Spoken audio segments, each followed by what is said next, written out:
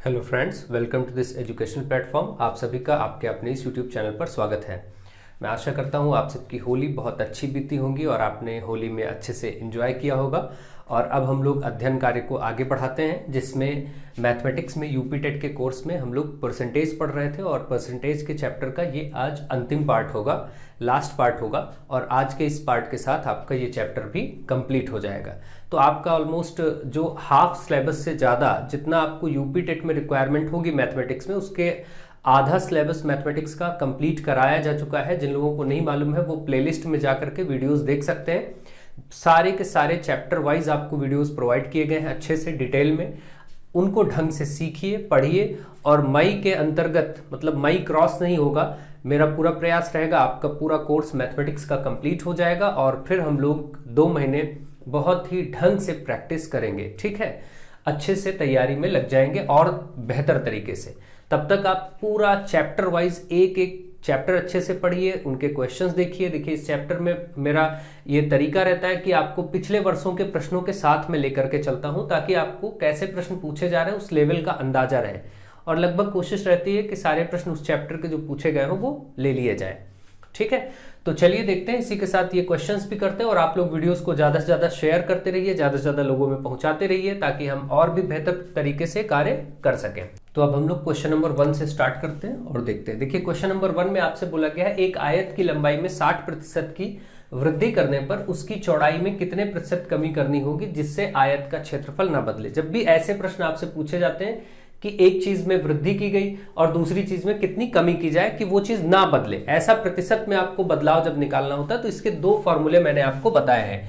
जब भी आपको निकालना हो कि प्रतिशत में कितनी कमी की जाए, अगर आपको कमी निकालना है तो आप क्या करेंगे, ऊपर लिखते हैं 100 into x upon 100 plus x. जब यहां कमी होता है तो यहां प्लस होता है। और इसी तरीके से अगर प्रतिशत में वृद्धि करनी पड़े, आपसे पूछा जाए कि कितना बढ़ाया जाए, कितनी वृद्धि करनी पड़े, तो ऐसे केस में 100 into x upon 100 minus x कर लिया जाता है। ये 2 फॉर्मूले बहुत ज्यादा देखिए आपसे पूछे जाते हैं और इन पर क्वेश्चन है। जैसे यहां पर बोला गया 60% की लंबाई में आयत की वृद्धि की गई है, तो चौड़ाई में कितना कम कर दें कि वो आयत का क्षेत्रफल ना बदलने पाए। तो अब इसमें देखिए, यहां पर हमें बताना है कि चौड़ाई में कितना कम करना है। कम करना मतलब ये कमी वाला।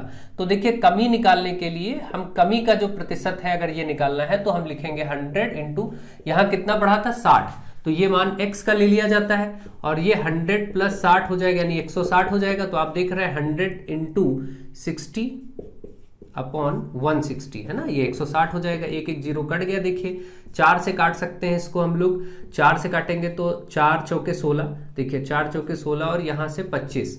2 से काटेंगे, 2 दूनी 4, 2 3 6। इधर देखिए तो 75, 75 बटा 2, 75 को आधा करेंगे तो कितना होगा 37.5% है ना, 37.5 हो जाएगा। इस तरीके से आप देखिए 37.5 आपका बी पार्ट में दिया गया, इसलिए ये आंसर हो गया आपका। ठीक है, तो ऐसे ही आपको ये करना था। अगर यहां वृद्धि पूछा गया होता तो वैसा प्रश्न होता तो ये सूत्र का प्रयोग करते। ये सारी चीजें आपको मैं डिटेल में बता चुका हूं, तो मुझे आशा है आप ये चीजें समझ रहे होंगे। ठीक है, तो ऐसे प्रश्न बहुत ज्यादा पूछे जाते हैं।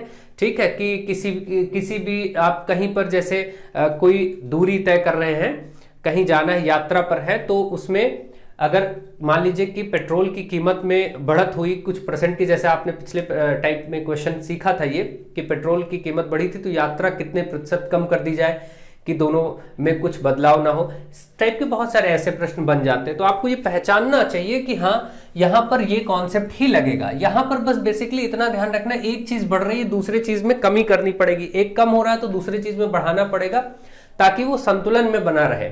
ठीक है, तो यही चीज आपको ध्यान रखनी है बस, और कोई दिक्कत नहीं, बस ये कॉन्सेप्ट लग जाएगा। नेक्स्ट देखिए यहाँ पर सेकंड, एक कमरे की लंबाई 10% घटाई गई तथा चौड़ाई 20% घटाई गई, जबकि ऊंचाई 5% बढ़ाई गई।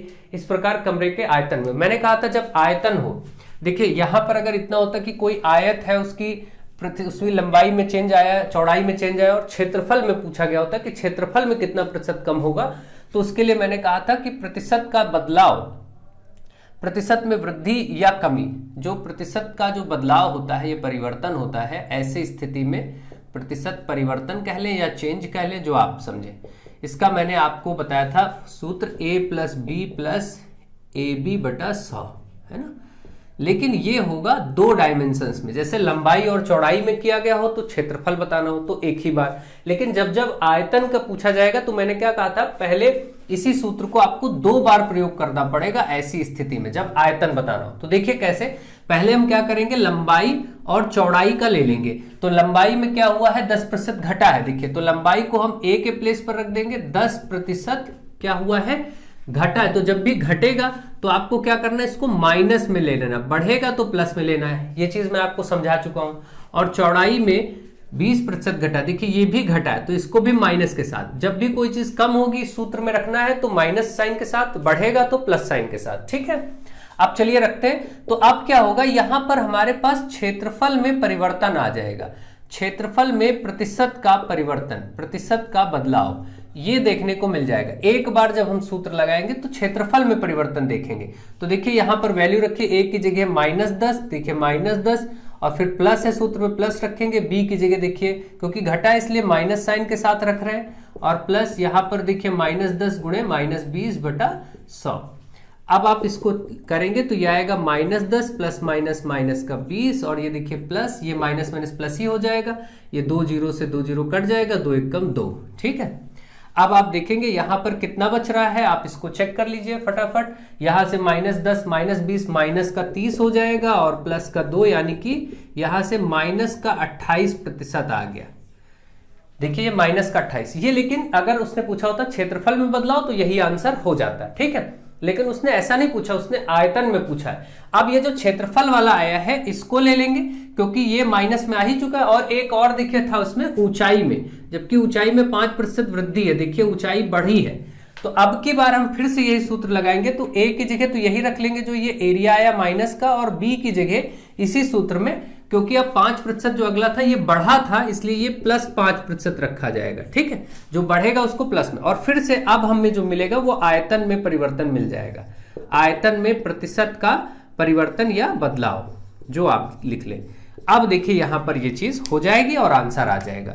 अब a की जगह रखेंगे -28, क्योंकि सूत्र यहां देखिए a की जगह -28, फिर प्लस है, प्लस लगाएंगे। b की जगह प्लस का ही 5 है तो प्लस का ही 5 रखेंगे।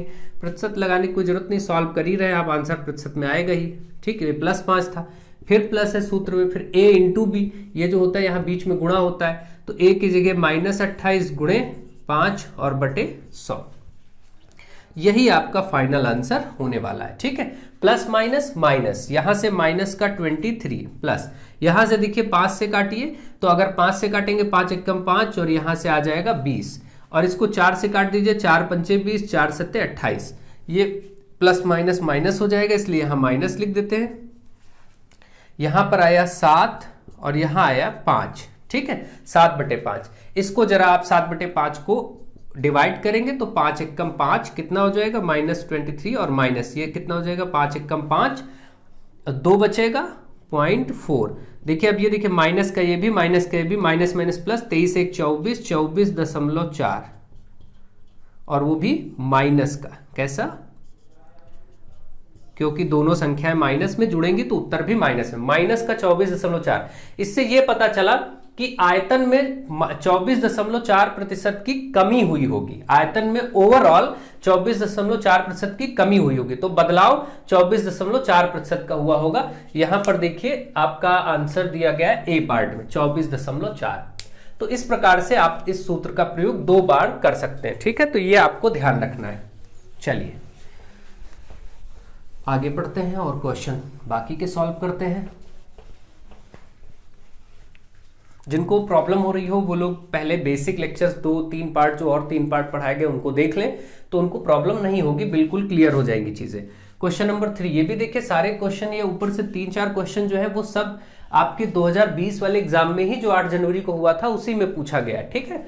तो कितना ज्यादा प्रतिशत का रोल है आप देख सकते हैं। यहां पर बोला गया 0.01 का होल स्क्वायर को प्रतिशत में बदलो, तो दशमलव वाली संख्या को प्रतिशत में बदलना सिंपल है, 100 से गुणा करना है। आपको मैंने बताया कि कभी भी प्रतिशत को भिन्न में या फिर प्रतिशत से अगर भिन्न बनाना हो तो आप 100 से भाग कर देते हैं। जैसे कहीं लिखा है 25%, तो आप क्या करते हैं 25 को बटे 100 कर देते हैं, जिसके साथ प्रतिशत होता है।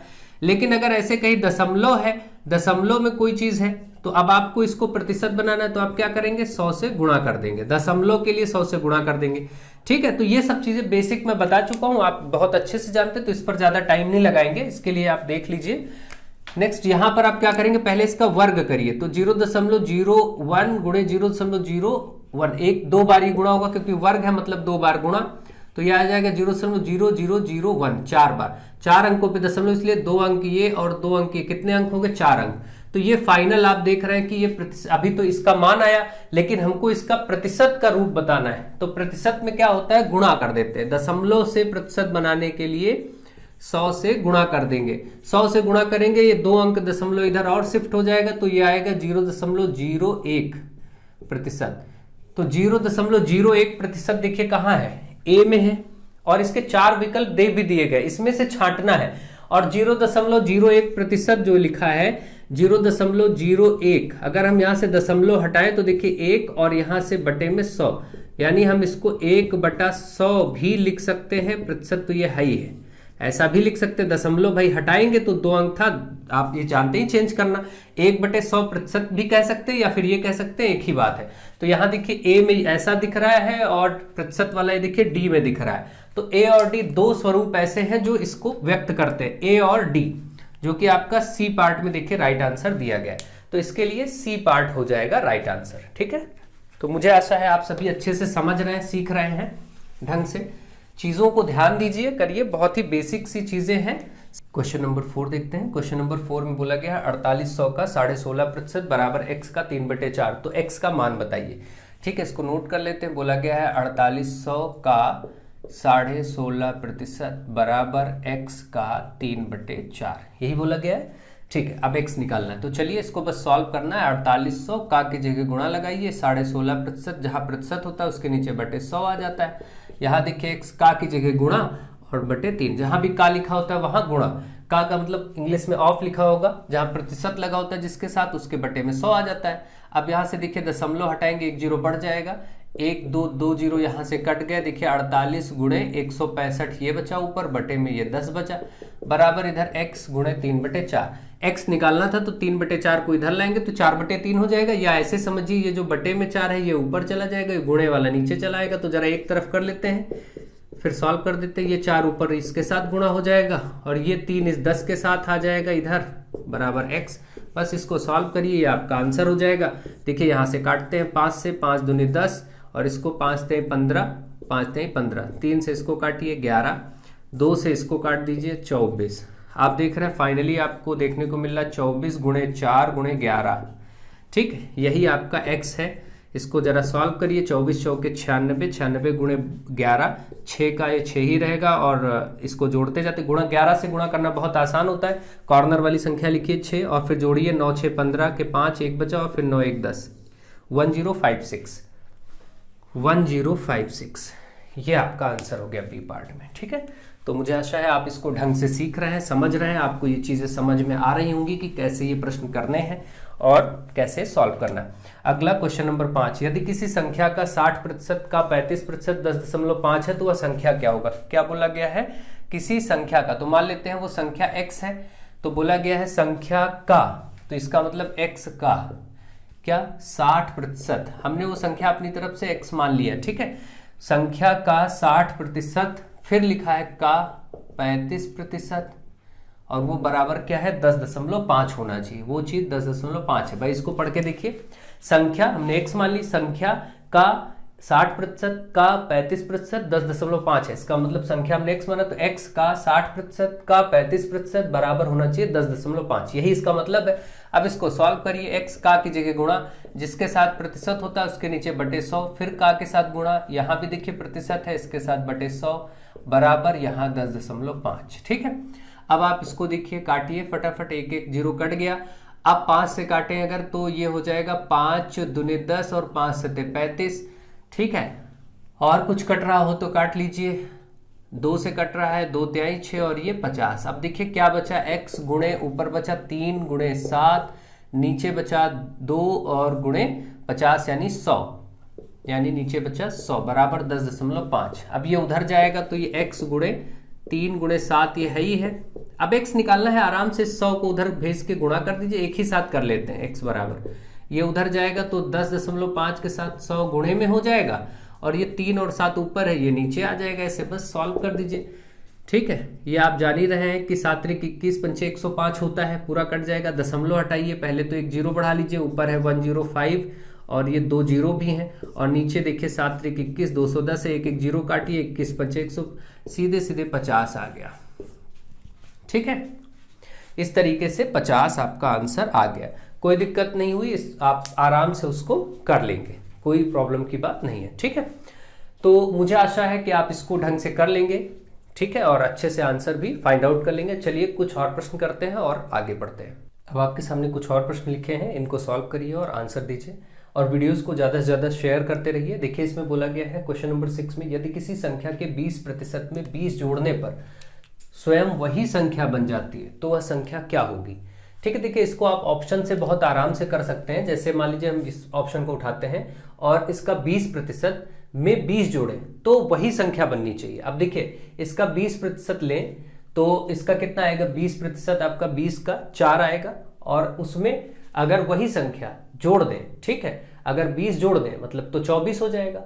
तो क्या वही संख्या प्राप्त हो रही है? नहीं प्राप्त हो रही है। ठीक है, यानी आप पहले तो आप सीधे सीधे देख लीजिए, यदि किसी संख्या के 20% में, तो हम मान लेते हैं संख्या ये x है, इसके 20% में, ठीक है, का 20% बराबर होना चाहिए 20% में 20 जोड़ दें, इसमें 20 जोड़ भी दें तो वही संख्या x मिलनी चाहिए। देखिए ये इतना लंबा सॉल्यूशन आपको करना पड़ेगा, तब आप सॉल्व कर पाएंगे। या सामान्य रूप से आप इन ऑप्शन से चेक करिए। अब देखिए यहाँ 24 बन गया था, अब देखिए इस पे आते हैं 25, इसका 20% कितना होगा 5, और उसमें 20 जोड़ दें तो फिर 25 बन जाएगा, यानी वही संख्या बन गई ना। तो यही आंसर देखिए आपका सही है भाई। आप ये देखिए ऑप्शन से अगर करते हैं तो 25 का आप 20% निकाल ही लेंगे। भाई प्रश्न क्या कह रहा है कि संख्या का 20% में 20 जोड़ दें तो वही संख्या मिल जाए। तो अगर 25 का 20% निकालते हैं तो 5 आएगा, 25 का 20% 5 आएगा। ठीक, 5 आया, और इसमें 20 देखिए जोड़ेंगे जैसे ही, तुरंत फिर से ये 25 ही बन जाएगा, 20 5 25। इसका मतलब ये आंसर सही, ये डायरेक्ट आंसर आप कर लेंगे। और ये वाला जैसे था 20 वाला, तो भाई 20 का 20% 4 होता है, 20 का 20% 4 निकलेगा, आप निकालेंगे, और इसमें 20 जोड़ेंगे तो 24 बनेगा, है ना, तो इसमें 24 बन जाएगा। ये देखिए आंसर नहीं फॉलो हो रहा है। ठीक है, इसी तरीके से किसी को और देखेंगे तो नहीं फॉलो होगा।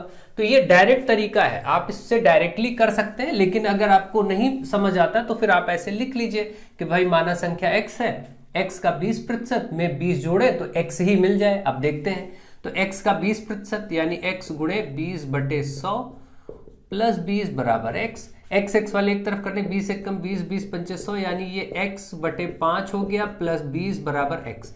इसको उधर करेंगे, 20 इधर रखिए, x वाले को एक तरफ करेंगे तो x पहले है, ये जाएगा माइनस में हो जाएगा। अब हर बराबर करेंगे तो 5x माइनस 1x 4x/5 बराबर 20। ये देखिए 20 गुणे 5, ये बटे में है तो इधर गुणे में हो जाएगा, और ये 4 इधर बटे में आ जाएगा, बस x निकल आएगा, 4 पंचे 20 और 5 हम 25। देखिए ये आंसर ऐसे भी किया जा सकता है, लेकिन इसमें कैलकुलेशन है, आप इसमें प्रेफर करिए कि डायरेक्ट कर लीजिए ऐसे प्रश्नों को, कोई दिक्कत नहीं। ये सब करने से कोई फायदा नहीं है, ठीक है, टाइम आपका जाएगा। डायरेक्ट करना सीखिए, ज्यादा अच्छा होगा। खैर, नेक्स्ट क्वेश्चन, एक अयस्क में 26% लोहा है, 91 किग्रा लोहा पाने के लिए कितना अयस्क होना चाहिए। यानी कि देखिए अयस्क कितना भी रहा हो, लोहा तो उसमें 26% ही है, और 91 किलो लोहा ही पूछा गया है, और कितना अयस्क होना चाहिए था। तो हमें नहीं पता कितना रहा होगा, मान लेते हैं कि भाई अयस्क रहा होगा x, अयस्क टोटल कितना रहा होगा x%। ठीक है, तो अगर अयस्क x रहा होगा तो इसी x का कितना 26% ही तो लोहा है।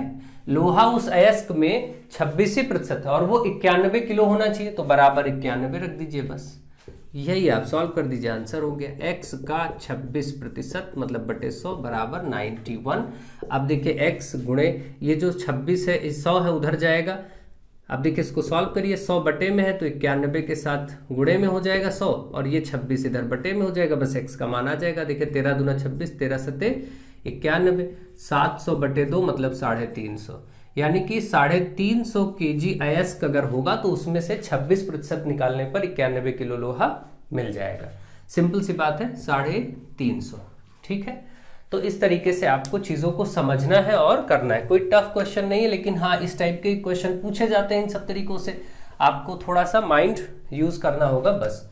अगला है वायु के 2250 भागों में 5 भाग ऑक्सीजन है, तो वायु में ऑक्सीजन कितने प्रतिशत है। कोई भी चीज ऐसा आ जाए, अगर प्रतिशत भाग पूछा गया तो जिसका पूछा गया, जैसे ऑक्सीजन का पूछा गया और ये 5 भाग है, पहले देखिए ऑक्सीजन 5 भाग है, टोटल कितने में 2250 भाग में, वायु का कुल भाग 2250 है, उसमें 5, जैसे आपको मार्क्स मिलते हैं 10 में से 6 8, तो अब ये ऐसे ही तो लिखते 10 टोटल नीचे लिखा जाता है, जो मार्क्स मिलते हैं वो ऊपर लिखा जाता है। अगर इसको प्रतिशत बनाना है तो गुणे 100 कर दीजिए, बन जाता है। यही तरीका ठीक है, यहाँ 2250 भाग कुल है, उसमें 5 ही भाग ऑक्सीजन है, तो उसको ऊपर लिखेंगे, गुणे 100 कर देंगे, तो ये प्रतिशत में मान आ जाएगा जो कि आपसे पूछा गया है। अब सॉल्व कर दीजिए, देखिए एक एक ये कट गया, 5 से 5 एक कम 5, यहाँ से 5 चौके 20, 2 बचा 50 25, ये देखिए 10 है, 10 5 से काटे 5 दूनी 10, और ये 5 9 45, ऊपर 2 नीचे 9, 2/9%। ये आराम से आपका 2/9%, जो कि सी पार्ट में दिया गया, कोई दिक्कत नहीं। तो ऐसे ही आप कर सकते हैं, बस आपको मालूम होना चाहिए कि इसमें करना क्या है। ठीक है, 5 भाग वायु था उसको ऊपर रखा, कुल भाग 2250 था उसको नीचे रखा, गुणे 100 हो गया आंसर। तो बेसिक्स आपको पता हो बस। देखिए अगला क्या है, जब एक संख्या के 60% से 60 घटाया जाता है तो परिणाम 60 ही हो जाता है, वह संख्या क्या होगा। अब देखिए इसको सीधे चेक कर सकते हैं, कोई संख्या उसका 60% निकाल के 60 घटाते चेक करिए भाई, इसका 60% निकालेंगे तो 12 छंग 72, करीब 72 आएगा, 72 में 60 घटाएंगे तो 60 कहां मिलेगा, नहीं मिलेगा। इसमें बोला गया है कि संख्या का 60% निकालिए और फिर 60 घटाइए, तो 60 ही उत्तर होना चाहिए। अगर ऐसा जिसमें होगा वही आंसर हो जाएगा। हम ओरल चेक कर लेते हैं भाई, 120 का 60% हुआ 72, 72 में 60 घटाएंगे तो क्या 60 मिलेगा, नहीं 12 मिलेगा, तो ये गलत हो गया। फाइनल आंसर 60 मिलना चाहिए, ये नहीं हो सकता। 150 इसका 60%, भाई संख्या का 60%, तो हम इसका 60% निकालेंगे तो 15 छक्का 90 है ना, 60% 90 आएगा, आप निकाल के देख लीजिएगा। उसमें से फिर 60 माइनस करेंगे तो 30 आएगा, जबकि फाइनल आंसर 60 लाना है, इसको भी छोड़ दीजिए। 180 का 60%, 180 का 60%, देखिए ऐसे आप निकालेंगे ना, 180 का 60%, तो 2 जीरो कट गए, ठीक। 6 48 और 6 कम 6 4 10, ठीक है। देखिए इसमें से भी 60 घटाएंगे तो नहीं आएगा, ठीक है। 6 48, हाँ। अब आप देखिए अगला 200 का 60%, तो 200 का पहले हम 60% निकालेंगे, कितना आएगा 120 आएगा। इस 120 से 60 घटाइए तो 60 ही बचा, देखिए इसी में आंसर सेटिस्फाई हुआ। इसका मतलब डी पार्ट इसका राइट आंसर है। नहीं तो आप क्या करते, ऐसे करते, मान लेते कि संख्या x है, तो आप लिखते हैं आप कि x का 60% में से 60 घटाया जाए तो फिर से x ही मिल जाए। अब इसको सॉल्व कर लेते बस, तब ऐसे करते। तो आप ये सब सॉल्व करना जानते हैं, सॉल्व करके देख लीजिएगा, ठीक है। मुझे आशा है ये ऐसे प्रश्न डायरेक्ट कर लिए जाए ज्यादा बेहतर है, कोई दिक्कत नहीं होता, इतना बेसिक सा परसेंटेज तो अब तक आपको आ ही गया होगा। नेक्स्ट और लास्ट, 2 उम्मीदवार एक चुनाव में डाले गए कुल वोट का 30% वोट पाने वाला उम्मीदवार, देखिए 2 उम्मीदवार हैं, एक चुनाव में डाले गए कुल वोट का 30% पाने वाला जो उम्मीदवार है वो 16,000 वोटों से पीछे रह गया। यानी कि जो मान लेते हैं कि वोट पूरा पड़ा होगा 100%, वोट पड़ा होगा कितना 100%, जो भी कुल वोट पड़ा उसमें से एक को मिला 30% वोट। डाले गए वोट मान लेते हैं जितने भी डाले गए हैं, इससे मतलब नहीं, जो वोट डाले गए हैं वो 100% है अपने आप में, हमने ऐसा मान लिया। उसमें से 30% एक उम्मीदवार को मिले तो जाहिर सी बात है दूसरे उम्मीदवार को कितना मिला होगा 60-70%, ठीक है। दोनों को ऐसे परसेंटेज बढ़ गया होगा, जितने भी वोट पड़े उसमें से 30% एक को मिला और तो दूसरे को 70% मिला होगा, इसमें कोई डाउट की बात नहीं है, ठीक है। तो 2 उम्मीदवार एक चुनाव में डाले गए कुल वोट का 30% वोट पाने वाला उम्मीदवार 16,000 वोटों से पीछे रह गया। मतलब जिसको 30% मिला वो 16,000 वोटों से पीछे रह गया। इसका मतलब जो इसको वोट मिला, मान लीजिए एक ए है एक बी है, जो बी को वोट मिला है और जो ए को वोट मिला, इन दोनों के बीच 16,000 वोटों का ही अंतर रहा होगा। यानी 16,000 वोटों से ही हार जीत हो गई, एक को 16,000 ज्यादा मिल गए, एक को 16,000 कम मिले। तो हम ऐसा कह सकते हैं कि इन दोनों के वोट पाने वाले जो वोट इनको मिले होंगे, इनका अंतर 16,000 रहा। ऐसा बोल सकते कि नहीं भाई, 16,000 वोट से ही तो पीछे रह गया है एक आदमी, तो इसका मतलब दोनों के हार जीत में अंतर क्या है 16,000 वोटों का। तो हम बस इसको ऐसे ही ध्यान रखेंगे, दोनों का अंतर। तो अब मानते हैं कि x वोट पड़े, तो इस x का 70% एक को मिला जो जीता, और फिर उसका अंतर इसका उसी x का 30% इसको मिला, और दोनों का अंतर 16,000 के बराबर। ऐसा लिख सकते हैं ना, इसका और इसका अंतर मतलब डिफरेंस माइनस करने पर 16,000, क्योंकि इन दोनों की हार जीत 16,000 से ही हुई है, तो ऐसा लिखा जा सकता है। अब बस इसी को सॉल्व कर दीजिए, x का मतलब गुणा 70%, प्रतिशत के नीचे बटे 100 आ जाता है, यहाँ फिर वही x का मतलब गुणा 30% बटे 100 बराबर 16,000। इसी बात को आपको समझ लेना है बस, और कोई दिक्कत नहीं। एक एक जीरो कट गया, ये आया 7x बटा 10, ये एक एक जीरो कट गया, ये आया 3x बटा 10, और इधर हो गया 16,000। अब 7 में से 3 गया, कितना आया 4x बटा 10, और इधर 16,000।